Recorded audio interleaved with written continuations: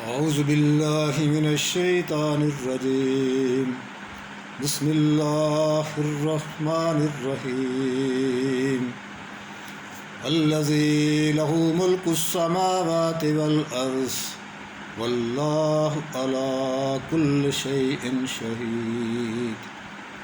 إن الذين فتنوا المؤمنين والمؤمنات ثم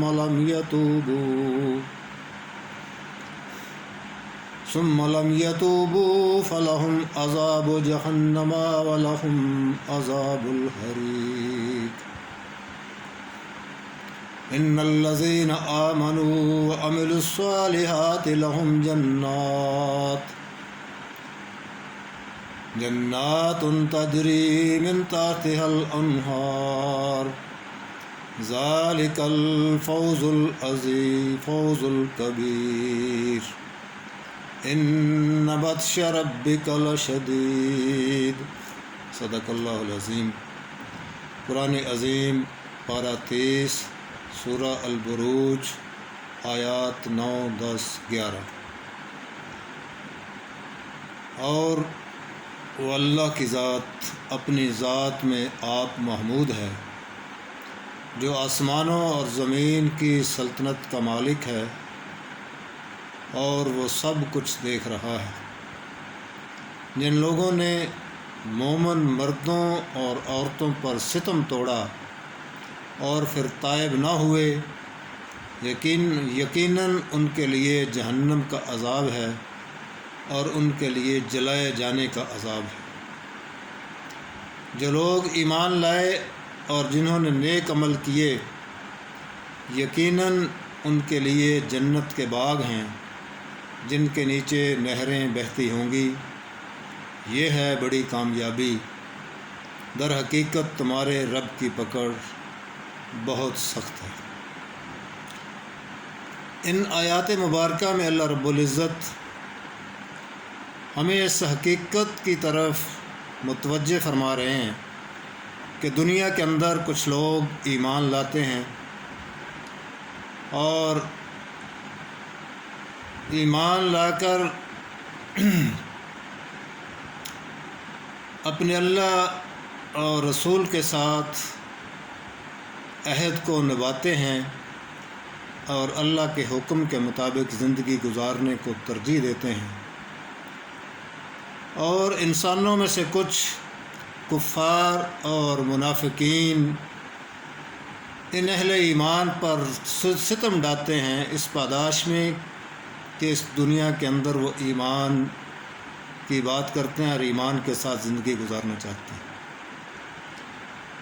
اللہ رسول کی بات کرتے ہیں. اس جرم کی پاداش میں کفار اور منافقین ان پر ظلم ڈالتے ہیں، ستم توڑتے ہیں، اور اس ستم کو اور ظلم کو کافی طویل عرصہ گزر جاتا ہے تو کفار تو اسی ذہنیت کے ساتھ ان کا ساتھ دیتے ہیں ظالموں کا، مگر کچھ کمزور اہل ایمان بھی یہ سمجھ بیٹھتے ہیں کہ ان کی کیا زندگی ہے جو ستم پہ ستم جھیل رہے ہیں، ظلم پہ ظلم جو ہے اس کا شکار ہیں. ان کی کیا زندگی ہے اور ایک عرصہ دراز سے کس کیفیت کے اندر یہ مبتلا ہے. اللہ رب العزت اس حقیقت کی طرف ہمیں متوجہ فرما رہے ہیں کہ نہیں، وہ رب کائنات، مالک کائنات، کائنات کا بادشاہ اس ساری لڑائی سے اور سارے عمل سے لا تعلق نہیں ہے.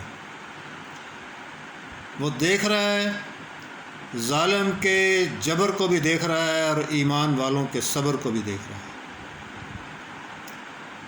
وہ ظالم کو مہلت دیتا ہے کہ شاید ظلم سے باز آ جائے، توبہ کر لے اور اس کی آخرت اور دنیا بہتر ہو جائے.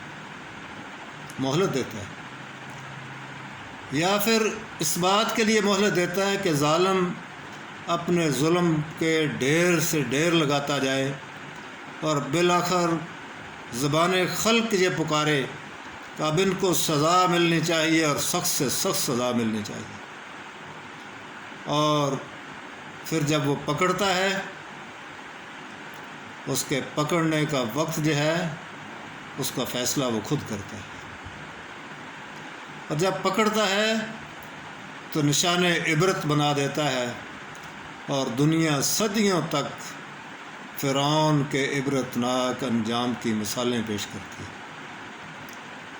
ان بطش ربک لشدید، تیرے رب کی پکڑ بہت شدید ہے، اور ستم ڈانے والے اور توبہ نہ کرنے والے ظالموں کے اوپر، ظالموں کو جو ہے جہنم کے عذاب سے دوچار کرے گی وہ ذات، اور ان کو آگ میں جلائے جانے کی سزا دے گی۔ اور اس دنیا کے اندر ظلم پر ظلم برداشت کر کے ایمان پر قائم رہنے والے اور اللہ رسول کے ساتھ اپنے عہد کو وفا کرنے والوں کے لیے فوز الکبیر، بہت بڑی کامیابی جو ہے وہ اس کا اندیا ہے، اس کا وعدہ ہے، اس کا اعلان ہے کہ وہ جنت کے باغوں میں ہوں گے جن کے نیچے نہریں بہتی ہوں گی، اور یہی بڑی کامیابی ہے۔ یعنی ظلم پہ ظلم سہنا، ایمان پر قائم رہنا اور اللہ رسول کے ساتھ اپنے عہد کو نبھانا، اور پھر اپنے اچھے انجام کو پانا، یہ ہے کامیابی۔ اور دنیا کے اندر جو ہے ایمان میں کمزوری دکھانا اور اس کے نتیجے میں اپنے رویے کو امینڈ کر لینا اور کفر اور منافقت کے آگے جھک جانا اور ان کے سامنے صلح کا ہاتھ پھیلا دینا، یہ کامیابی نہیں ہے۔ اس کے نتیجے میں اس چند روزہ دنیا کی کچھ آسانیاں تو مل سکتی ہیں، لیکن آخرت کی دائمی زندگی کے نعمتوں سے محروم ہے۔ اور یہ ظلم کرنے والے، ان کی پکڑ جو سخت ہوگی، جس طرح اہل جنت جو ہے وہ جنت کی دائمی نعمتوں سے مستفید ہوں گے، اس طرح ستم ڈانے والے کفار کو بھی دائمی عذاب جہنم اور دائمی جلائے جانے، محض ایک دفعہ جلا دینے سے اور قصہ ختم نہیں ہو جائے گا، بلکہ دائمی عذاب جہنم اور دائمی جلائے جانے کا عذاب جو ہے ان کو بھگتنا پڑے گا۔ لہٰذا ہر وہ فرد، ہر وہ گروہ، ہر وہ قوم جو مظلوم کا ساتھی ہے، جس حد تک بھی ساتھی ہے، اسے اپنے اس عمل پر خوش ہونا چاہیے، اور ظالم کو اچھا سمجھنے اور ظالم کے لیے جو ہے کوئی نرم گوشہ رکھنے والوں کو جو ہے اپنے برے انجام سے ڈرنا چاہیے۔ السلام۔